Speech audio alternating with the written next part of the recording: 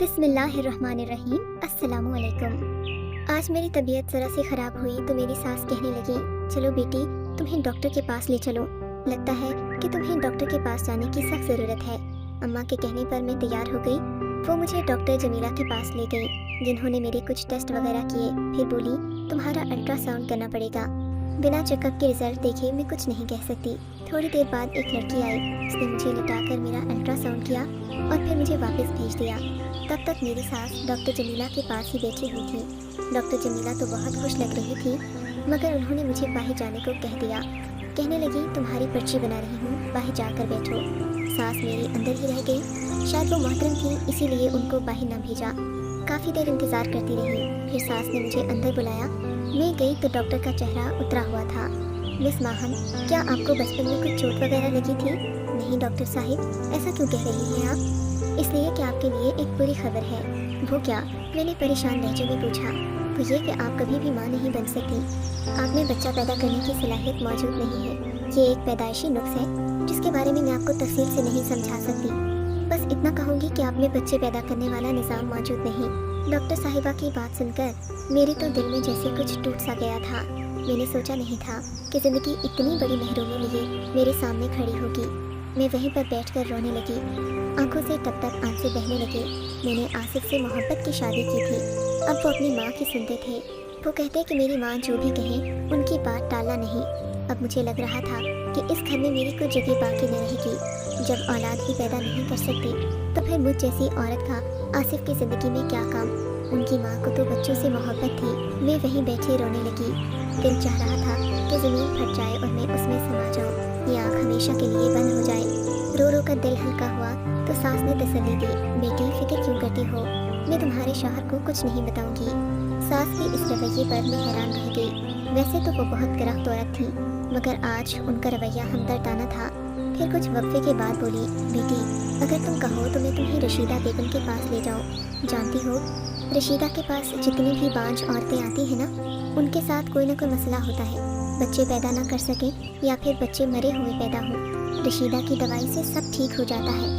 वो सिर्फ 7 गोलियां देती है बेटी, और उसके बाद तुम्हारे घर में मानो खुशखबरी पक्की। ये डॉक्टर मुझे तो झूठ बोलते हैं, इनको तो बस अपना पैसा कमाना है। इस डॉक्टरनी का ख्याल होगा कि मैं तेरा महंगा इलाज करवाऊँ, तभी ये ऐसी बातें कर रही है। मगर तू फिक्र न कर, मैं तुझे रशीदा के पास लेकर जाऊँगी। उसकी गोली खाकर तो एक नहीं कई बच्चे पैदा करेगी। सास की बात सुनकर मैं खुशी से खिल उठी। इन्होंने बताया कि वो अपनी बेटी राहिला को भी उसी के पास लेकर गई थी, और रशीदा बेगम की 7 गोलियां खाने के बाद वो उसी महीने हामला हो गई थी। मेरे दिल में उम्मीद की किरण जाग उठी। शाम को उन्होंने कहा था कि मेरे साथ रशीदा बेगम के पास चलना। मैं बेचैनी से शाम का इंतज़ार कर रही थी। शाम हुई तो सास ने मुझे चादर ओढ़ने का कहा। हम लोग दोनों रशीदा बेगम के आस्ताने नुमा घर पर चली गई। रशीदा बेगम के पास वाकई काफ़ी औरतें बैठी थीं। उन औरतों में से 4-5 के साथ मैंने बात की तो पता चला कि वो भी रशीदा बेगम की 7 गोलियों से ठीक हुई हैं, और ये कि उनके बच्चे भी पैदा हुए। ये सुनकर मेरी तो सारी फिक्र जाती रही कि जब इतनी औरतों का इलाज हो चुका है, मेरी तो शादी को अभी सिर्फ 2 महीने ही हुए हैं। बहरहाल रशीदा बेगम के पास गई तो इन्होंने शफकत से मुझे दम दरूद किया और फिर 7 गोलियाँ मुझे देकर बोली, बेटी ये गोलियाँ पाबंदी से खा लेना, इनमें से एक भी छूटने ना पाए, और हाँ, साथ में जो दुआएं बता रही हूँ वो लाजमी पढ़ना। उन्होंने गोलियां मुझे थमाते हुए कहा, मगर मेरे हाथ से गोलियों वाला शॉपर मेरी सास ने ले लिया। कहने लगी, मैं संभाल कर रखूँगी, तुझे गोलियों का नहीं पता। ये एक हसास चीज़ है जिसकी हिफाजत मैं खुद करूँगी। मुझे अपनी सास पर उस लम्हे बड़ा प्यार आया कि किस कदर ख्याल रखने वाली है वो, वरना तो औरतें अपने बेटों की दूसरी शादी करवाने पर तुली होती हैं, कभी भी अपनी बहू के किसी नुक्स को बर्दाश्त नहीं करती। जबकि मेरी सास मुझे खुद डॉक्टर्स के पास लिए फिर रही थी। घर आकर मेरी सास ने मुझे एक शॉपर थमाया जिसमें सफ़ेद रंग की छोटी छोटी गोलियां थीं, और ये तादाद में 7 थीं। कहने लगी, मैं रोज़ाना रात को तुम्हें दूध ला कर दूँगी, तुम दूध के साथ ये गोलियाँ खा लेना, और ख़बरदार उसके बाद बिस्तर से मत उठना, सीधी सो जाना। जानती हो ना, दवा के असर करने के लिए सोना ज़रूरी है। जी समझ गई। मैंने सादतमंदी से सर झुका लिया। मेरी सास कमरे से चली गई तो मैं बैठी सोचने लगी कि अल्लाह ने मुझे किस कदर मेहरबान औरत अता की है, जो बिल्कुल माँ जैसी है। थोड़ी देर बाद आसिफ आ गए। मैंने उनसे इस बात का जिक्र नहीं किया। वो भी कुछ न बोले, जैसे उन्हें मेरी किसी चीज़ से गर्ज ही ना हो। अलबत्ता जब ये पता चला था कि मैं कभी माँ नहीं बन सकती तो इनके चेहरे पर नागवारी के तासुरात ज़रूर देखे थे। उसी रात मैंने एक सफ़ेद गोली मुंह में रख ली, मगर मुंह में गोली रखते ही मेरी तबीयत ख़राब होने लगी। ऐसा लगा जैसे मैंने कोई अजीब जहरीली चीज़ खा ली हो, मगर फिर अपनी औलाद के लिए मुझे इतना तो करना ही था। मैंने बड़ी मुश्किल से ये गोली अपने हलक से नीचे उतारी। अब बस इंतज़ार कर रही थी कि कब ये मरहला गुजरे और कब मैं अपने शौहर को खुशखबरी सुनाऊं। यूं ही 2-3 दिन खैरियत से गुजर गए, मगर मैं एक बात से सख्त परेशान थी। मैं जब भी सुबह उठती, मेरी कमीज़ पर काले रंग के दाग लगे होते। उन दागों का निशान भी समझ में ना आता कि ये कैसे लगा है। इसके अलावा मेरा सर भारी होता और पूरे जिस्म में दर्द होता। इस चीज़ ने मुझे परेशान कर रखा था, मगर मैं अपनी सास से कुछ न कहती कि कहीं वो दोबारा मुझे किसी डॉक्टर के पास न ले जाए। वैसे भी वो मेरा बहुत ख्याल रखती थी। आज मैं बहुत खुश थी क्योंकि मेरा कोर्स तकरीबन मुकम्मल होने को आया था। मेरे पास अब सिर्फ आखिरी गोली रह गई थी। मैं रात हुई तो सोचने लगी कि आज आखिरी गोली खाकर सो जाऊंगी। उसके बाद मुझे शायद जल्द ही खुशखबरी सुनने को मिले। इसी खुशी में गोली मेरे हाथ से गिर गई। रात का वक्त था, कमरे में हल्का हल्का अंधेरा था। मैंने गोली ढूंढने की बहुत कोशिश की, मगर वो मुझे कहीं ना मिली। फिर मैं जाकर टॉर्च ले आई, बेड के नीचे हर जगह घूम फिर कर देखा, मगर मेरी गोली गुम हो गई थी। मुझे बड़ा अफसोस हुआ और ख़ुद को कोसने लगी कि आज तो आखिरी दिन था, सारा अमल ज़ाया हो गया है। काश मैं गोली खा लेती तो मेरे साथ ये मसला ना होता। अब न जाने बाकी 6 गोलियों का असर भी मुझ पर होगा या नहीं। फिर सोचने लगी, रशीदा बेगम कौन सी दूर है, अभी वक्त ज़्यादा नहीं गुजरा।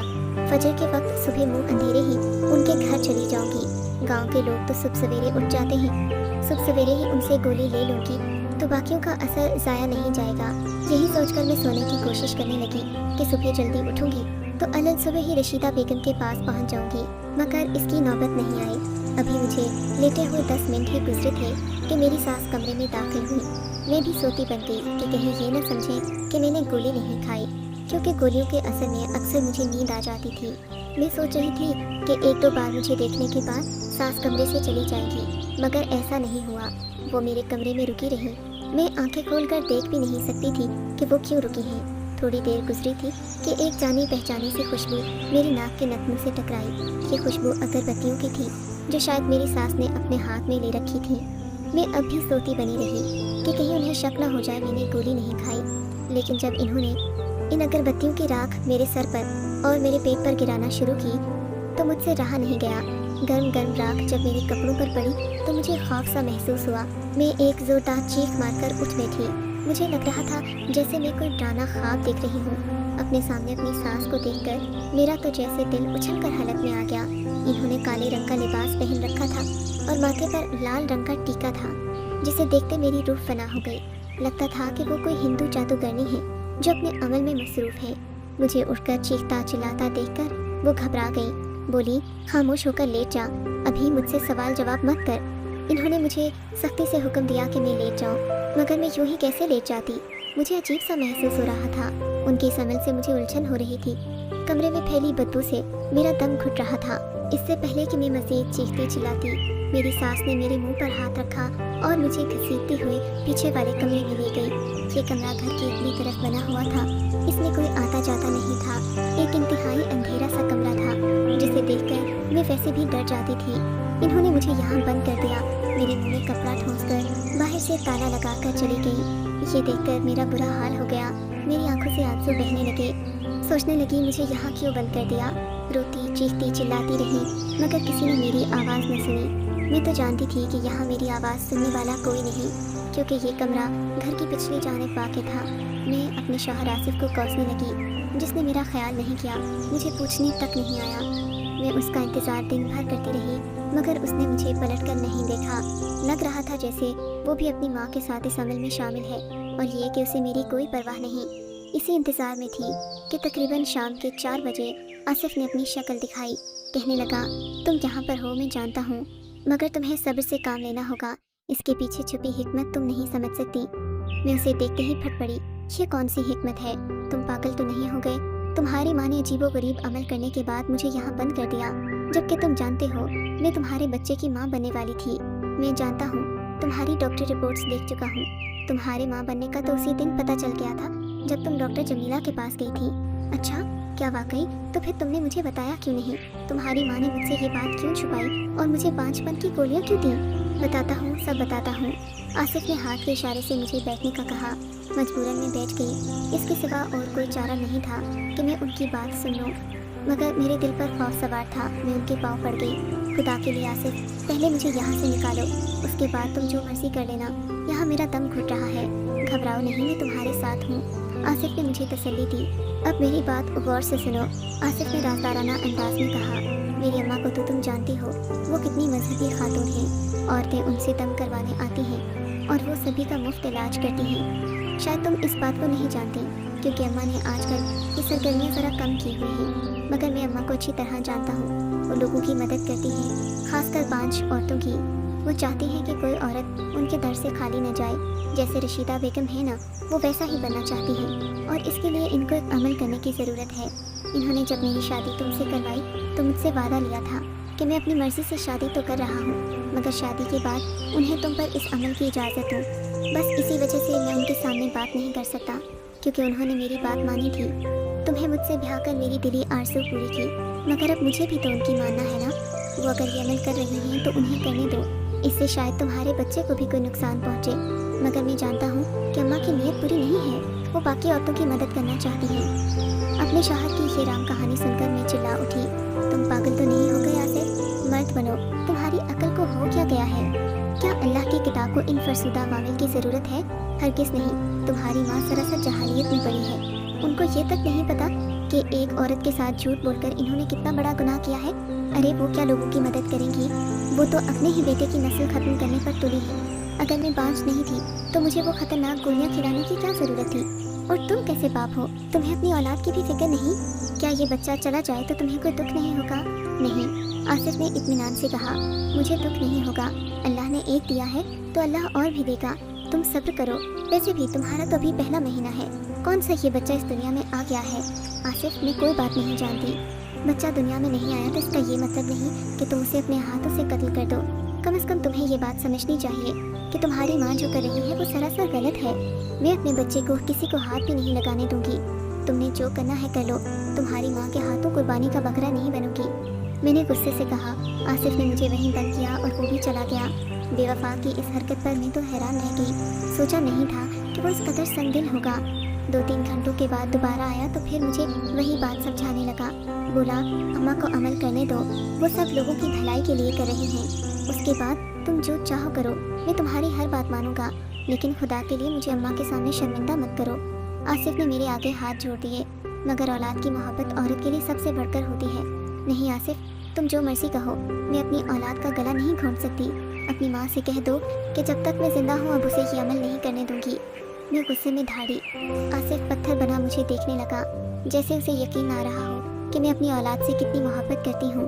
उसके चेहरे पर नदामत नजर आ रही थी, जिससे साफ जाहिर होता था कि वो शर्मिंदा है, मगर अपनी माँ से मजबूर भी है। वो उसी वक्त अपने कमरे से उठा और बाहर चला गया। मुझे सास के चीखने की आवाज़ें आईं। फिर वो भागा हुआ मेरे कमरे की तरफ आया। जाओ, निकल जाओ इस घर से, जितनी दूर जा सकती हो चली जाओ, वरना अम्मा तुम्हारी जान ले लेंगी। फिर आसिफ ने मुझे अपने एक दोस्त के घर का पता दिया और मुझे रोड तक छोड़ने भी आया। बोला, कुछ अरसा तुम यहाँ रहो, मैं खुद तुम्हें यहाँ से लेने आऊँगा। अम्मा पर जुनून तारी हो चुका है, वो तुम्हें नहीं बख्शेगी। आसिफ की बात दुरुस्त थी। फजर के वक्त मैं अपना मुख्तसर सा सामान लेकर अपनी सास के घर से दूर चली गई। मैं दिल ही दिल में दुआएं कर रही थी कि जहाँ जा रही हूँ उन लोगों का रवैया मेरे साथ अच्छा रहे। वहाँ पहुँची तो असगर और उसकी बीवी ने मेरा पुरतपाक इस्तकबाल किया। शायद मेरे शौहर ने उन्हें पहले से बता दिया था कि मैं आ रही हूँ। इन लोगों के घर मुझे किसी किस्म की कोई तकलीफ नहीं हुई। मैं आराम से 6 महीने वहाँ रही। इस दौरान आसिफ ने मेरी खबर ना ली। मेरी उम्मीद टूटने लगी थी।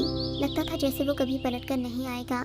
मगर फिर एक दिन आसिया बाजी ने मुझे इत्तला दी कि मेरा शौहर मुझे लेने आ रहा है। खुशी से मैं फूले न समा रही थी। मेरा आखिरी महीना चल रहा था। इन दिनों औरत को शौहर की ज़रूरत होती है। वो उससे अपने दुख सुख कहती है, अपनी तकलीफ का साथी बनाती है। आसिफ आए तो उनके चेहरे पर परेशानी थी। बरसों के बीमार और लागे लग रहे थे। आते ही मेरे आगे हाथ जोड़ दिए। मुझे माफ़ कर दो, खुदा के लिए मेरी माँ को भी माफ़ कर दो। आसिफ तकरीबन रोने को आए थे। आसिफ, क्या हुआ है? आप यूं क्यों रो रहे हैं? तब आसिफ ने मुझे बताया कि अम्मा को उनके किए की सज़ा मिल गई। उनके साथ जो हादसा हुआ उससे उनके हवास बिगड़ गए। वो अपना ज़हनी तवाज़ुन खो चुकी हैं। اور اب عجیب و غریب باتیں کرتے ہیں۔ لوگ انہیں دیکھ دیکھ کر ہنستے ہیں اور وہ زندگی موت کی کشمکش میں ہیں۔ آصف کی بات نے مجھے پریشان کر دیا۔ اپنے شوہر کی باتیں سن کر میں نے اپنی ساس کو معاف کر دیا۔ بے شک معاف کرنے میں ہی عظمت ہے۔ زندگی کے آخری دنوں میں نے ان کی بھرپور خدمت کی۔ وہ مجھ سے بار بار معافیا مانگتی، مگر انہوں نے نہ جانے کس کس کا دل دکھایا تھا کہ ان کی موت انتہائی تکلیف دہ ہوئی۔ عالمی نزا میں ان کی جان جیسے کسی کانٹے پر اٹکی تھی۔ یہ حالت دیکھ کر مجھے بھی عبرت ہوئی۔ میں نے دل میں پکا ارادہ کر لیا کہ میں کبھی زندگی میں بھول کر بھی کسی انسان کا دل نہیں دکھاؤں گی اور نہ ہی کوئی شرکیہ عمل کروں گی، چاہے زندگی میں مایوسی کے بادل چھائے ہوں، مگر میں کبھی اللہ تعالیٰ سے امید رکھنا نہیں چھوڑوں گی۔ آپ کو اگر یہ کہانی اچھی لگی ہے تو اس ویڈیو کو لائک کیجیے اور اس طرح کی مزید کہانیاں سننے کے لیے ہمارے چینل کو ضرور سبسکرائب کیجیے۔ کہانی سننے کا شکریہ۔ آپ سے ملاقات ہوگی اگلی ویڈیو میں، تب تک کے لیے اللہ حافظ۔